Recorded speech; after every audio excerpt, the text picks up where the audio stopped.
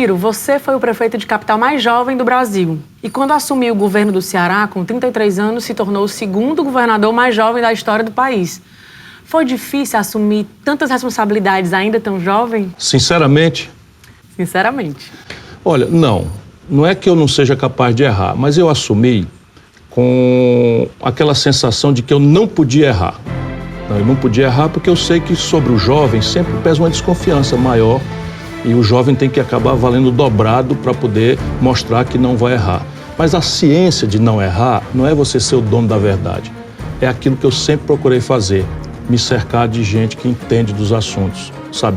Não tinha perigo de eu tomar uma decisão que eu não reunisse os melhores especialistas, ouvisse a sabedoria do povo. E essa é a ciência, é você ter o espírito público e procurar sempre ter a humildade de fazer as decisões coletivas, obedecer a um planejamento, obedecer a uma estratégia amadurecida com muita gente.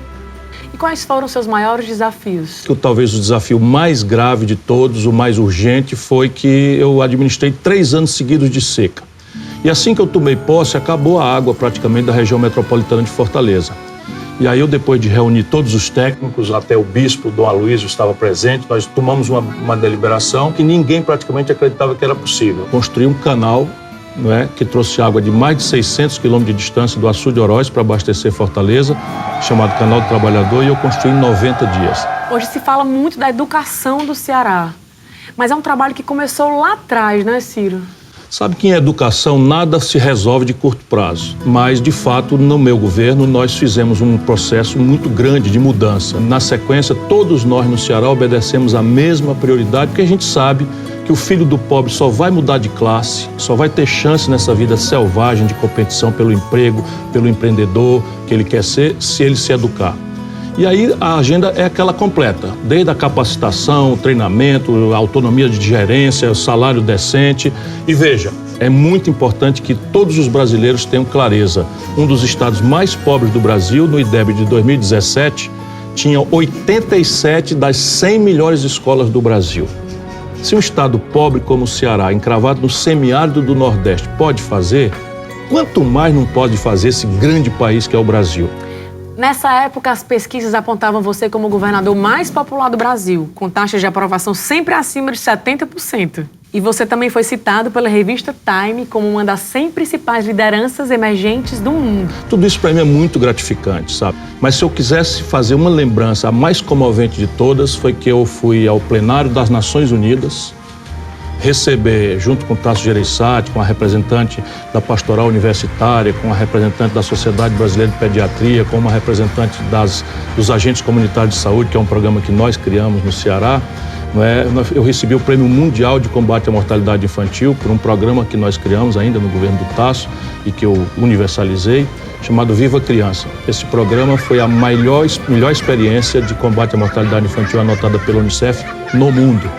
Nós derrubamos em 32% a mortalidade infantil, o que para mim é uma prova muito poderosa de que governo, planejado, governo comprometido com a população é capaz de conseguir proezas para o mundo inteiro admirar. Esse seu governo também teve um outro momento muito marcante, que foi o motim no Instituto Penal Paulo Sarazate, né? E, rapaz, essa é uma lembrança que eu sinto arrepio quando lembro, mas Deus foi muito grande e generoso comigo também. No dia que eu estava comemorando um aniversário do meu governo, eu ia fazer uma bateria de inaugurações, estava chovendo finalmente no Ceará, era um dia de alegria, e só para a gente não ter sossego, era o dia de visitação no antigo presídio, no maior presídio, que era uma espécie de Carandiru do Ceará. Estava lá uma série de pessoas e houve uma rebelião e foram feitos reféns, deputado estadual, secretário de Justiça, e mais grave e delicado, globalmente falando, os presos fizeram Dom Aloysio Loscheider, um santo homem que era o cardeal arcebispo de Fortaleza e que tinha recebido o voto para Papa do então Papa. E aí eu, naturalmente, encerrei tudo, que era a programação, peguei um helicóptero, desci perto do presídio, entrei no porta-malas de um carro deitado e me mandei entrar numa ala do presídio que ainda estava sob controle da polícia e passei a administrar dali de dentro, pela delicadeza da situação. Eu não queria que houvesse arbitrariedade, não queria que se repetisse um Carandiru que tinha acabado de acontecer em São Paulo, que morreram pessoas, e eu tinha que administrar. Mas, para não compridar a conversa, Deus foi muito grande Não é? Houve momentos em que eu me ofereci para me trocar pelo Dom Aloysio. Os presos amotinados concordaram e Dom Aloysio, que além de tudo era muito valente, civicamente falando, não aceitou. Pelo contrário, exigiu que fosse ele, Dom Aloysio, o último refém a ser libertado. E eu administrei aquela crise com muita gente me ajudando e, volto a dizer, eu tenho sempre essa gratidão. Deus foi tão grande que eu consegui libertar todos os reféns, nenhum preso foi morto e todos foram presos novamente. Ciro, depois de governar o Ceará, você foi ser ministro da Fazenda do governo Itamar Franco. Certo, esse foi um outro gravíssimo desafio que eu tive que enfrentar, assumindo o Ministério da Fazenda numa hora crítica de consolidação do então nascente Plano Real.